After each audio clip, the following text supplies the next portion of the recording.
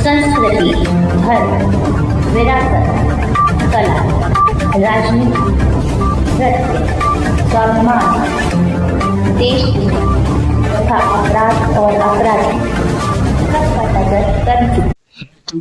नमस्कार।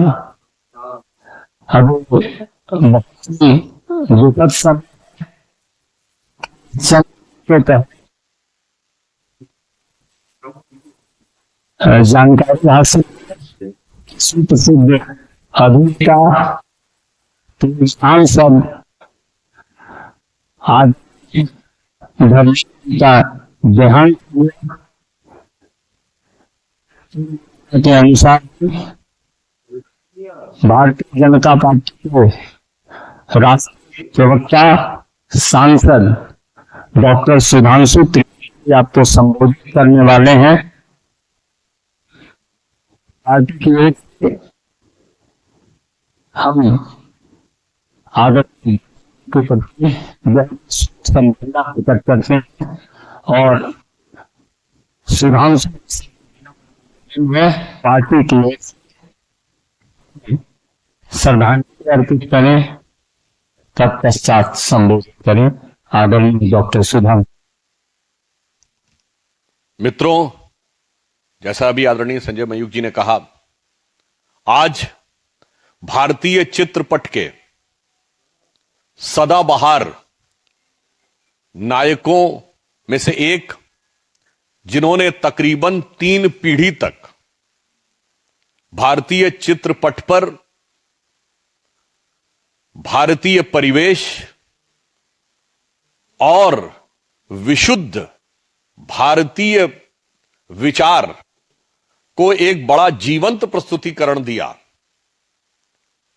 और जो हम सबको विगत 3 पीढ़ियों से एक अलग स्थान हमारे स्मृति पटल पर बनाकर रखने में सफल रहे, ऐसे श्री धर्म सिंह देओल, जो धर्मेंद्र जी के नाम से हम सबके मानस पटल पर अंकित हैं, जो भारतीय जनता पार्टी के पूर्व सांसद भी रहे हैं, हम पार्टी की तरफ से धर्मेंद्र जी के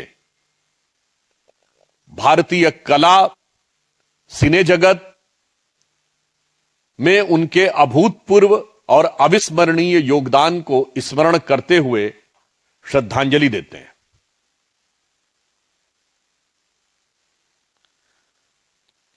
मित्रों, इस अवसर पर एक और गंभीर विषय जो स्वतः ही पूरे देश का ध्यान आकर्षित कर रहा है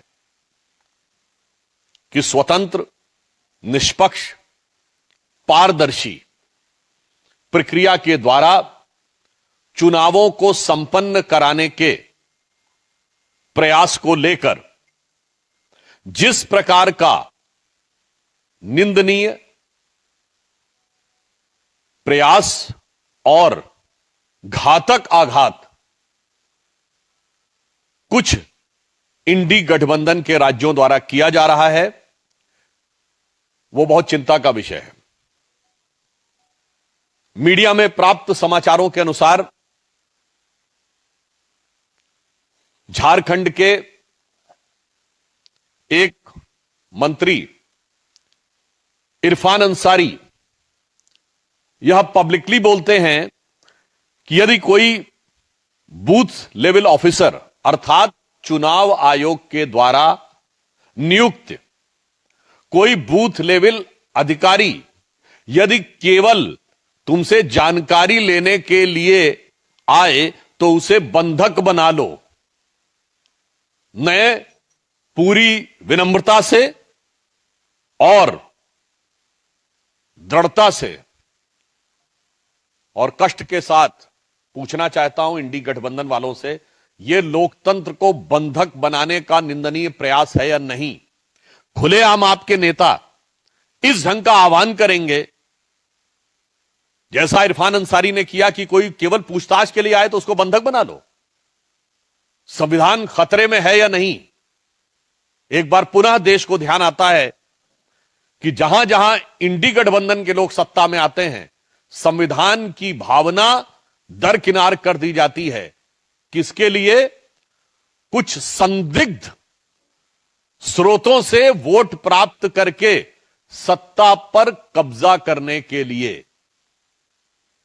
दूसरा उदाहरण, पश्चिम बंगाल में जो मीडिया में प्राप्त समाचारों के अनुसार उससे भी अधिक गंभीर और यह खतरनाक विषय आता है कि वहां तृणमूल कांग्रेस के एक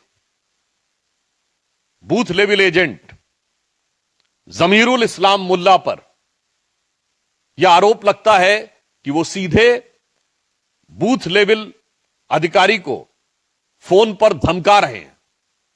और मीडिया में इस प्रकार का न सिर्फ विषय बल्कि बहुत सारी चीजें भी पब्लिक डोमेन में अवेलेबल हो रही हैं, जिनमें कथित रूप से उनके द्वारा धमकाए जाने की वीडियो और आवाज भी अवेलेबल है। हम देश के सामने यह पूछना चाहते हैं कि यह परिस्थिति क्यों उत्पन्न हो रही है।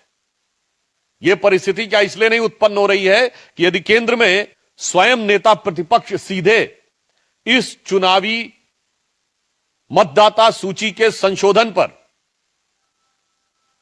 अनर्गल निराधार आरोप लगाएंगे और पश्चिम बंगाल की मुख्यमंत्री उसके ऊपर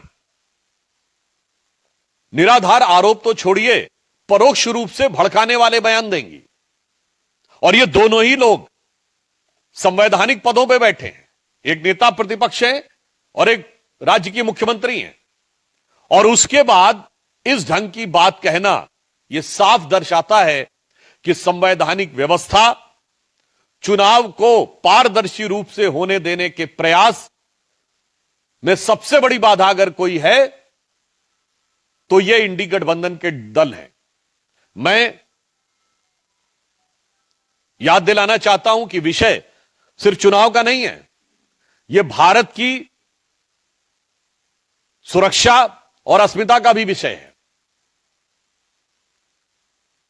क्योंकि सिर्फ एसआईआर का विषय नहीं, पश्चिम बंगाल में तो स्थिति और भी विभत्स है कि मुर्शिदाबाद में उनके एक नेता हुमायूं कबीर ये बयान देते हैं कि वो तथाकथित बाबरी मस्जिद, जिसे सदैव सुप्रीम कोर्ट ने डिस्प्यूटेड स्ट्रक्चर या विवादित ढांचा शब्द कहा है, उसका पुनर्निर्माण कराएंगे। और इसके ऊपर या तो इंडी गठबंधन के लोग मौन हैं या समर्थन कर रहे हैं। तो हम यह पूछना चाहते हैं कि पश्चिम बंगाल में चुनाव के समय यह किस प्रकार के वातावरण का निर्माण तृणमूल कांग्रेस और कांग्रेस जैसे दल मिलकर करने का प्रयास कर रहे हैं। और जहां तक एसआईआर की व्यवस्था है, स्पेशल इंटेंसिव रिवीजन की जो व्यवस्था है, इस पर मैं कोट करना चाहूंगा कि यह पारदर्शी निष्पक्ष चुनावों के लिए कितनी आवश्यक है कि बाबा साहब अंबेडकर ने 18 अप्रैल 1950 को संसद में अपने भाषण में स्पष्ट रूप से कहा है कि परंपरा तो यह थी कि हर 6 महीने में मतदाता सूची का संशोधन हो, परंतु व्यवहारिक दृष्टि से इसमें संसाधन और समय बहुत लगने की संभावना रहती है, इसलिए कम से कम साल में एक बार मतदाता सूची का संशोधन होना चाहिए ताकि व्यवस्थित ढंग से पारदर्शी चुनाव हो सकें। बाबा साहब Ambedkar in parliament of India on 18 अप्रैल 1950। और ये बताइए, लोग कहते हैं 20 साल बाद भी नहीं होना चाहिए।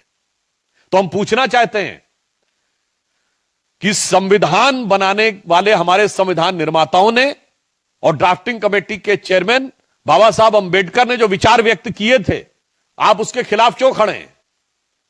अच्छा चलिए, आपको संविधान निर्माताओं के विचारों की कोई कद्र नहीं है, तो ममता बनर्जी जी ने स्वयं 2005 में 4 अगस्त 2005 को भारत की संसद में जो तब तक का सबसे विचित्र उदाहरण था कि पीठ के ऊपर, यानी अध्यक्ष की पीठ के ऊपर फाइल फेंक दी थी। किस मुद्दे पे गुस्सा कर? कि बांग्लादेशी घुसपैठियों के मुद्दे के ऊपर सदन में चर्चा करने की अनुमति नहीं दी जा रही थी। और उस समय की जो मीडिया रिपोर्ट्स अवेलेबल हैं, उसमें ममता जी ने संसद में 22 मिनट के अंदर 14 बार बांग्लादेशी घुसपैठियों का मुद्दा उठाया और आखिर में आक्रोशित होकर पीठ के ऊपर फाइल फेंक दी। मैं तृणमूल कांग्रेस से पूछना चाहता हूं कि आप ममता जी तब सही थी या अब सही हैं? यह कौन सा परिवर्तन आ गया कि आप जिन बांग्लादेशी घुसपैठियों के खिलाफ इतना आक्रोश था कि संसद में 22 मिनट में 14 बार बोलना और संसदीय मर्यादा को ध्वस्त करते हुए पीठ के ऊपर फाइल फेंक देना और आज उन्हीं का समर्थन करना। मुझे लगता है कि सिर्फ संविधान निर्माताओं का ही नहीं, उनके स्वयं के जो विचार हैं, जो उनका स्वयं का वो है, वो अपनी बात को निगेट कर रही हैं। मैं एक और आज उन सूचियों में सही लोगों की पहचान क्यों आवश्यक है, सही लोगों की पहचान क्यों आवश्यक है, ताकि कोई विदेशी घुसपैठियों के माध्यम से भारत की सत्ता को हड़पने का प्रयास या किसी राज्य में सत्ता को हड़पने का प्रयास ना करे। इस संदर्भ में मैं पुनः ममता बनर्जी जी के द्वारा भारत की संसद में इसी दिए गए एक बयान को आपको सुनाना चाहता हूं।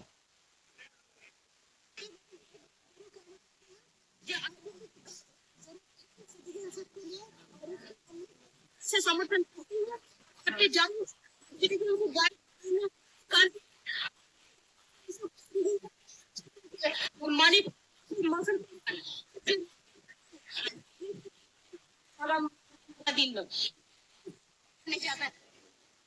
अब बताइए, वो स्वयं कह रही हैं कि आइडेंटिटी स्थापित होनी चाहिए, क्योंकि उस समय आई कार्ड ही होते थे। सही मतदाता कौन है इसकी पहचान होनी चाहिए, अन्यथा मनी पावर, मसल पावर और बूथ रिगिंग के द्वारा चुनाव को कैप्चर करने का प्रयास किया जाएगा। और आज दुख का विषय है कि बिहार का चुनाव इतने अच्छे ढंग से संपन्न हुआ। किसी दौर में बिहार के चुनाव में बहुत सारी हिंसा की घटनाएं आती थी, कुछ नहीं हुआ। आज पश्चिम बंगाल के ही चुनाव में सबसे ज्यादा हिंसा की घटनाएं आती हैं। तो हम पूछना चाहते हैं कि ममता जी, आप तब सही बोल रही थी या आज सही बोल रही हैं, या जो चरित्र दिख रहा है इंडी गठबंधन का, कांग्रेस पार्टी का और तृणमूल कांग्रेस का, इसी कारण से भारत की राजनीति में विश्वसनीयता का संकट उत्पन्न हो जाता है। This is because the crisis of credibility, क्योंकि नेता इस तेजी से बदलते हैं राष्ट्रीय सुरक्षा के इस विषय के ऊपर। मैं याद दिलाना चाहता हूं कि 2005-6 में जिस दरमियान ये बयान दिया है ममता जी ने, उस समय असम के गवर्नर ने एक जगह पर यह बोला था कि तकरीबन 5000 लोग प्रतिदिन आते हैं। एक वो दौर था, और आज सब मीडिया में देख रहे हैं कि बांग्लादेश की तरफ जाने वालों की कतार लगी हुई है। इतना बड़ा बदलाव नहीं दिखता। यह भारतीय जनता पार्टी और प्रधानमंत्री श्री नरेंद्र मोदी जी के नेतृत्व में एनडीए का गठबंधन है, जो अपने विचारों पर सदा सर्वदा अडिग है। और एक वो है जिनके लिए क्या कहा जाए कि देख तेरे संसार की हालत क्या हो गई भगवान, कितना बदल गया इंसान। मुझे लगता है कि जब आप ममता जी और कांग्रेस के पूर्व के बयान और आज के बयान को कंपेयर करते हैं, तो यह अपने आप में बहुत चिंताजनक और गंभीर संकेत दिखाई पड़ता है। इसलिए हम साफ कहना चाहते हैं कि संवैधानिक प्रक्रिया को बाधित करने का, संवैधानिक प्रक्रिया को प्रभावित करने का, और स्पष्ट शब्दों में कहें तो घुसपैठिए संदिग्ध वोटरों के माध्यम से सत्ता को हड़पने का यह जो षड्यंत्र चल रहा है, कहीं ना कहीं इस प्रकार के दल उनका समर्थन करते हुए नजर आ रहे हैं। और देश की प्रबुद्ध जनता इन सारे विषयों को देख रही है, और इसका माकूल जवाब देना सिर्फ इसलिए जरूरी नहीं है कि चुनावी हार जीत, माकूल जवाब यह है कि यह देश के भविष्य के लिए एक चुनौती है। अन्यथा मुझे लगता है कि पश्चिम बंगाल के सत्ताधारी दलों में वही चीज नजर आ रही है जो आज से 200 साल पहले मीर जाफर के अंदर नजर आई थी। यह मीर जाफरी सोच है कि बाहर से लोग आएंगे और बाहर वाले लोगों के सहयोग से हम अपनी सत्ता पा जाएंगे। पर याद रखना चाहिए, मीर जाफर को भी सत्ता नहीं मिली थी। याद रखना चाहिए, जयचंद को भी सत्ता नहीं मिली थी। याद रखना चाहिए, अलेक्जेंडर का साथ देने वाले आम्भी को भी सत्ता नहीं मिली थी। तो किसी को गलतफहमी नहीं, यह विषय भारत की राष्ट्रीय सुरक्षा से भी जुड़ा हुआ है। और मैं साफ पूछना चाहता हूं कांग्रेस पार्टी से, संविधान इस प्रक्रिया के द्वारा खतरे में है कि नहीं? जब सीधे आतंकित करने का प्रयास, सीधे धमकी देने का प्रयास, बंधक बनाने का प्रयास, धमकाने का प्रयास किया जा रहा है। यह भारतीय लोकतंत्र के लिए बहुत बड़ी चुनौती है। और मैं अंत में यह कहना चाहता हूं कि यह क्यों हो रहा है, इसके लिए भी समझना चाहिए। माननीय प्रधानमंत्री जी ने बिहार के चुनाव के उपरांत जो अपना उद्बोधन दिया था, उन्होंने कहा था कि कांग्रेस पार्टी मुस्लिम लीगी माओवादी कांग्रेस में तब्दील हो गई है। अर्थात अब उनका लक्ष्य, ऐसा प्रतीत होता है, प्रजातांत्रिक प्रक्रिया के द्वारा चुनने में और चुनाव जीतने में समाप्त हो रहा है, क्योंकि उन्हें साफ दिखाई पड़ गया है कि उनके साथ वो चुनाव नहीं जीत सकते। भाई मैं एक सिंपल सी बात आपसे कहना चाहूंगा, वो कहते वोट चोरी हो गई। भाई साहब 2010 में कांग्रेस की 4 सीटें आई थी, 6% वोट था और 231 पे जमानत जब्त हुई थी। भैया तुम्हारे पास था क्या जो चोरी हो रहा है? बड़ी तर्कसंगत बात है। भाई था तुम्हारे पास। अब वैसे तो मैं 1990 से लेकर 2015 तक सारा गिना सकता हूं कि उनके पास कितना था। इसे कहते हैं भ्रामक दुष्प्रचार करना।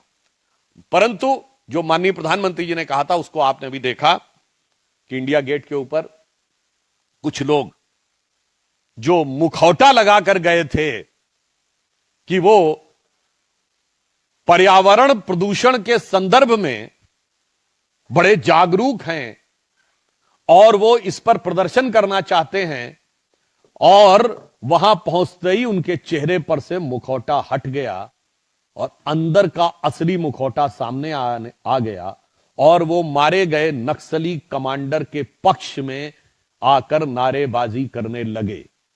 अर्थात जो प्रधानमंत्री जी ने कहा है कि मुस्लिम लीगी माओवादी कांग्रेस हो गई है, आज आप सोचिए ये वही लोग हैं जिन्होंने 2010 में छत्तीसगढ़ में जब हमारे सीआरपीएफ के 75 से अधिक जवान मारे गए थे तो मीडिया में रिपोर्ट आई थी कि तमाम लोगों ने दिल्ली में खुशियां मनाई थी और देश की प्रतिष्ठित यूनिवर्सिटी के हॉस्टल्स में भी खुशियां मनाई गई थी।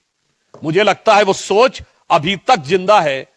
तो हवा के प्रदूषण से ज्यादा दिमाग में जो मैकाले, मार्क्स और माओ का प्रदूषण आकर बैठ गया है और उसके साथ कट्टरपंथी कठमुल्लाओं का समर्थन पाकर सत्ता में आने का जो ख्वाब आंखों में पैबस्त हो गया है, यह देश के लिए ज्यादा बड़ी चुनौती है। तो मैं कांग्रेस पार्टी से और तृणमूल कांग्रेस से चुनावी प्रक्रिया को बाधित करने, चुनावी प्रक्रिया को भयभीत करने और नक्सली कमांडर के बारे में दिए गए आपत्तिजनक बयान पर मौन समर्थन करने के बारे में स्पष्ट और मुखर जवाब चाहता हूं। धन्यवाद।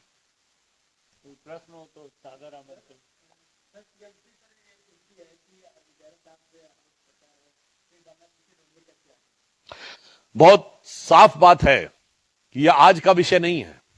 2005-6 में तत्कालीन गृह राज्य मंत्री श्री प्रकाश जायसवाल जी ने संसद के पटल पर बोला था कि 2.5 से 3 करोड़ बांग्लादेशी घुसपैठिए उस समय आ गए। ये उस समय का दिया गया बयान है। बाद में पार्टी ने दबाव बनाया तो उन्होंने उसको विड्रॉ करने का भी प्रयास किया था। तो हमारी सरकार आने के बाद उस प्रक्रिया में पूरी तरह रोक लगी है। उसका एक और प्रमाण है, हमारी सरकार आने से पहले बांग्लादेश के साथ लैंड बाउंड्री एग्रीमेंट ही नहीं था, यानी सीमाएं निर्धारित नहीं थी। आधा गांव भारत में, आधा गांव बांग्लादेश में। 2016 में हमने लैंड बाउंड्री एग्रीमेंट किया, उसके बाद उस सीमा पे फेंसिंग की है। केवल कुछ जगहों पे जहां पे भारी पानी या प्राकृतिक समस्याएं, उन पोर्शन को छोड़कर लगभग सारी जगह फेंसिंग हो गई है। और मैं कुल मिला के बात कहना चाहूंगा, जो आरोप लगाते हैं आज का तो माहौल उठा के देख लें, कहां घुसपैठ होते हुए आने की खबरें और कहां भागने की खबरें, और किसी ने कुछ किया नहीं है। केवल उन्हें यह दिख रहा है कि ईमानदारी से जांच होगी, तो वो खौफ दिख रहा है जिसकी वजह से वो बाहर जाते हैं। उनको खौफ होते हुए समझ में आता है। ये कांग्रेस पार्टी इंडी गठबंधन वालों को खौफ किसका हो रहा है? मुझे तो वो उस पे वो आल्हा है ना, जो हमारे यहाँ जो बुंदेलखंड में गाया जाता है, यूपी और एमपी में, जिसमें एक लाइन है ना कि कागति बरनो बग उदल की, यानी बाघ उदल की गति का क्या वर्णन किया जाए। जय की मार सही ना जाए, एक का मारे दुई मर जावे, तीसर खौफ खाए मर जाए। तो मुझे समझ में नहीं आ रहा है ये खौफ खा के कौन इसमें कौन आहत हुआ जा रहा है। कृपया इसका जवाब चाहिए।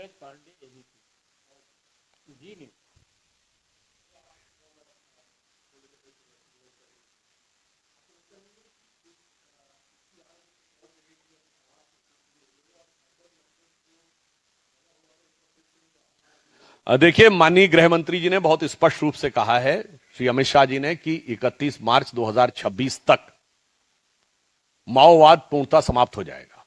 आज माओवाद सिमट कर अंतिम सांसें गिन रहा है।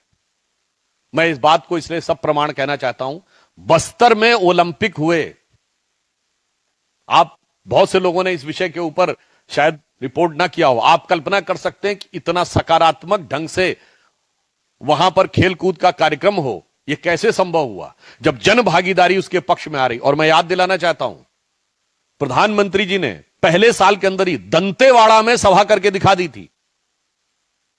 उस जमाने में 2014-15 में कल्पना नहीं की जा सकती थी कि दंतेवाड़ा में प्रधानमंत्री की सभा हो सकती है। प्रधानमंत्री श्री नरेंद्र मोदी जी गए थे, और उस समय चिंता गुफा में भी तत्कालीन गृह मंत्री राजनाथ सिंह जी का दौरा हुआ था।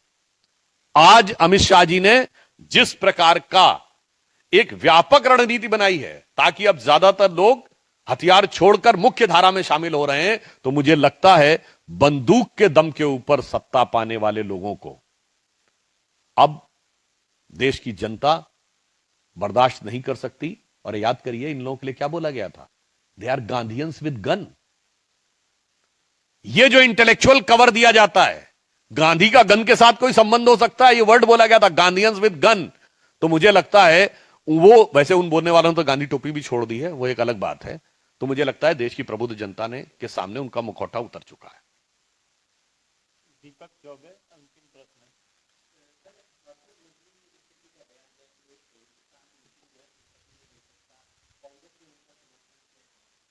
मुझे लगता है कि अल फलाह यूनिवर्सिटी में और दिल्ली ब्लास्ट के बाद जिस प्रकार के तथ्य सामने आए हैं, इसने एक बात बहुत स्पष्ट कर दी है कि जो लोग ये कहते थे गरीब, मजलूम, अशिक्षित लोग भटके हुए नौजवान के रूप में आ जाते हैं आतंकवाद में, मुझे लगता है इस विस्फोट के साथ उस दावे के भी चीथड़े उड़ चुके हैं। जिस ढंग से पढ़े लिखे लोग, जो कहीं से भटके नहीं कहे जा सकते, उन लोगों ने आतंकी साजिश रचने का प्रयास किया। इससे पूर्व आप याद करिए, एक व्यक्ति के बारे में आया था ना, मोहम्मद जुनैद, क्या नाम था उसका, जो कैस्टर सीड ऑयल में से रेजिन नाम का जहर निकालकर, जिस पे आरोप है कि मंदिरों के प्रसाद में मिलाने का प्रयास कर रहा था। यह जहरीली सोच पढ़े लिखे लोगों की, और ये आज से नहीं है, ये अफजल गुरु, ये क्यों शुरू हुई है, ये जो आइडियोलॉजिकल कवर देने का प्रयास होता है सो कॉल्ड लेफ्टिस्ट और सेक्युलरिस्ट के द्वारा, उस कारण से समस्या होती है। अफजल गुरु भी पढ़ा लिखा व्यक्ति था, प्रोफेसर था, आप कहेंगे वो हालात का मारा है। याकूब मेनन चार्टर्ड अकाउंटेंट था। बुरहान वानी जो था वो भी सॉफ्टवेयर का जानकार था। रियाज भटकल इंजीनियर था, और अब तो डॉक्टर ही डॉक्टर हैं। मुझे लगता है इन डॉक्टरों के द्वारा उस चीज का इलाज हो गया है। और अब स्पष्ट रूप से यदि कोई, मौलाना मदनी ने बोला वो तो अलग है, कांग्रेस के भी कई नेता उसका समर्थन कर चुके हैं। आज मैं कह सकता हूं कि जो लोग ये कहने का प्रयास करते हैं कि secularism in India is in danger, no, India is in danger because of the pseudo secularism. ठीक है, एक क्वेश्चन उधर से।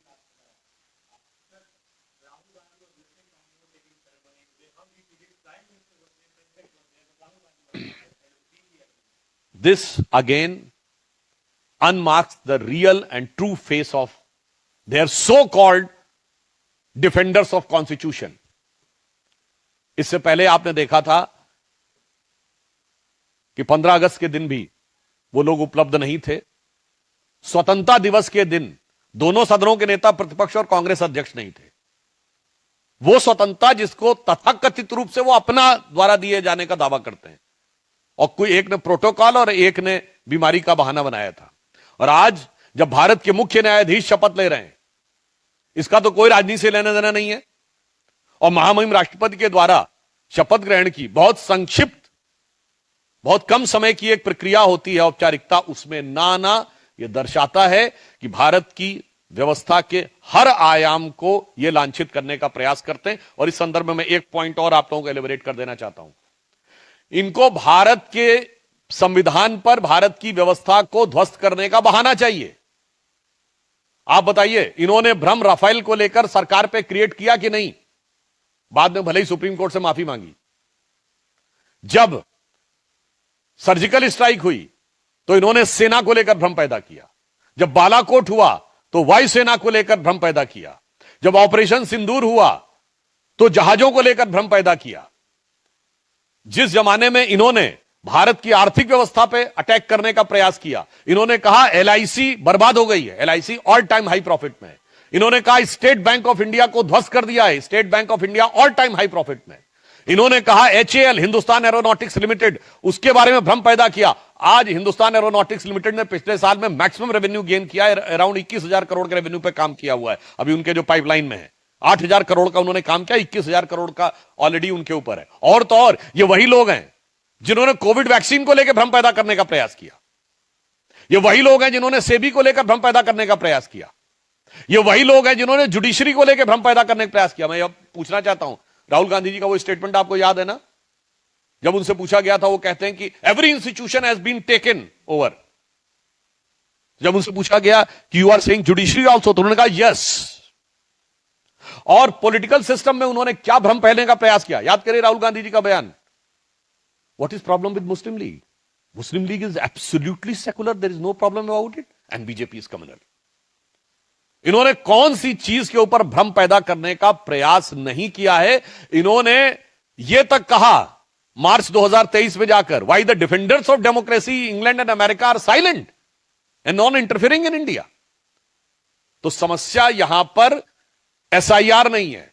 फिर इन्होंने ईवीएम को लेकर भ्रम पैदा किया। मैंने 1 दर्जन उदाहरण गिना दिए हैं और हर बार ये झूठे साबित हुए हैं। अतः बहुत स्पष्ट है कि कोई सूरत बदलना इनका मकसद नहीं है। इनका मकसद है हर कदम पे हंगामा होना चाहिए। और अब ऐसा लग रहा है कि प्रधानमंत्री श्री नरेंद्र मोदी जी के नेतृत्व में जिस प्रकार का जन समर्थन राज्य दर राज्य 2024 के बाद मिलता चला जा रहा है, उसमें अपनी पराजय को अवश्यंभावी जानकर अब शायद यह गठबंधन उस परिस्थिति में आ गया है कि चुनाव जीत नहीं सकते तो भारत के अंदर अव्यवस्था, भ्रम पैदा करके अराजकता उत्पन्न करने का प्रयास किया जाए। जिसे एक हिंदी भाषी ग्रामीण कहावत पे कहते हैं, पी न पाओ तो ढरकाए जरूर दो। यानी पानी पीने को ना मिले तो मेज हिला दो ताकि गिर जाए, सब तरफ रायता फैल जाए। इसीलिए प्रधानमंत्री जी ने कहा है कि अब लगता है कि यह पॉलिटिकल कांग्रेस की जगह मुस्लिम लीगी माओवादी कांग्रेस हो गई है, जो अराजकता उत्पन्न करके सत्ता पाने का ख्वाब देख रही है। पर भारत की प्रबुद्ध जनता उनका स्वप्न साकार नहीं होने देगी। बहुत